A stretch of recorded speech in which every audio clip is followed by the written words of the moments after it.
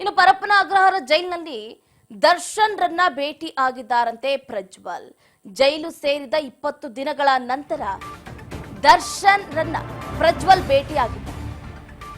ಪರಪ್ಪನ ಅಗ್ರಹಾರ ಜೈಲಿನಲ್ಲಿ ದರ್ಶನ್ ರನ್ನ ಭೇಟಿಯಾಗಿದ್ದಾರಂತೆ ಪ್ರಜ್ವಲ್ ರೇವಣ್ಣ. ಜೈಲು ಸೇರಿದ 20 ದಿನಗಳ ನಂತರ ದರ್ಶನ್ ಹಾಗೆ ಪ್ರಜ್ವಲ್ ರೇವಣ್ಣ ಭೇಟಿಯಾಗಿದ್ದಾರೆ. 10 ನಿಮಿಷಗಳ ಕಾಲ ಮಾತುಕತೆಯನ್ನು ಕೂಡ ನಡೆಸಿದ್ದಾರೆ. ನಟ ದರ್ಶನ್ ಹಾಗೆ ಪೆನ್ ಡ್ರೈವ್ ರೂವಾರಿ ಪ್ರಜ್ವಲ್ ರೇವಣ್ಣ. ಒಂದು ಕಡೆ ಘಟಾನುಘಟಿ ರಾಜಕಾರಣಿಗಳು ನಾಯಕರು ಈಗ ಪರಪ್ಪನ ಅಗ್ರಹಾರದಲ್ಲಿ ಸೇಫ್ ಆಗಿದ್ದಾರೆ. ಒಂದು ಕಡೆ ಪ್ರಜ್ವಲ್ ರೇವಣ್ಣ, ಇನ್ನೊಂದು ಕಡೆ ಸೂರಜ್ ರೇವಣ್ಣ. ನಟ ದರ್ಶನ್ ಅಂಡ್ ಗ್ಯಾಂಗ್ ಈಗ ಒಂಥರ ಓರಿಯನ್ ಮಾಲ್ ಅನ್ಕೊಂಡ್ಬಿಟ್ಟಿದ್ದಾರೆ. ಎಲ್ಲರೂ ಅಲ್ಲೇ ಇದ್ದಾರೆ.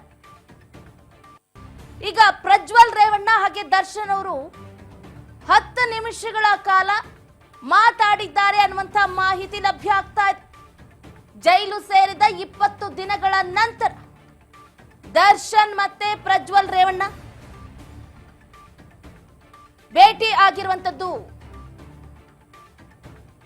10 ನಿಮಿಷಗಳ ಕಾಲ ಏನ್ ಮಾತಾಡಿದ್ರು ಅನ್ನುವಂತಹ ಕುತೂಹಲ ಈಗ ಕೆರಳಿಸ್ತಾ ಇದೆ.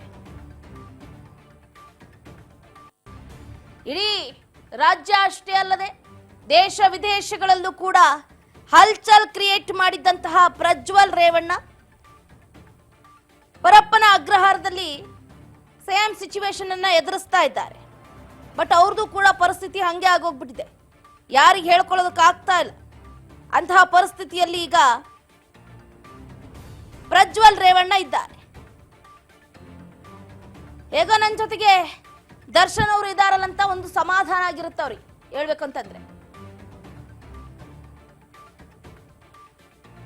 ಒಂದು ಕಡೆ ಕೊಲೆ ಕೇಸ್ನಲ್ಲಿ ದರ್ಶನ್ ಸೆರೆವಾಸವನ್ನ ಅನುಭವಿಸ್ತಾ ಇದ್ರೆ, ಇನ್ನು ಲೈಂಗಿಕ ದೌರ್ಜನ್ಯದ ಆರೋಪದ ಅಡಿಯಲ್ಲಿ ಪ್ರಜ್ವಲ್ ರೇವಣ್ಣ ವನವಾಸವನ್ನ ಅನುಭವಿಸ್ತಾ ಇದ್ದಾರೆ.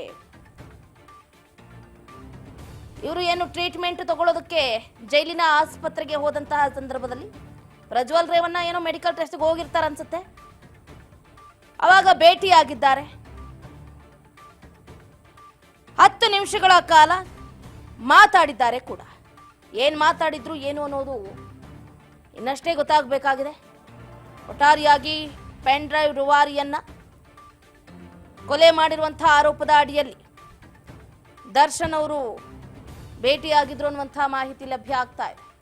ಚೀಫ್ ಮೆಡಿಕಲ್ ಆಫೀಸರ್ ಕಚೇರಿಯಲ್ಲಿ ಇಬ್ರು ಭೇಟಿಯಾಗಿರುವಂತದ್ದು.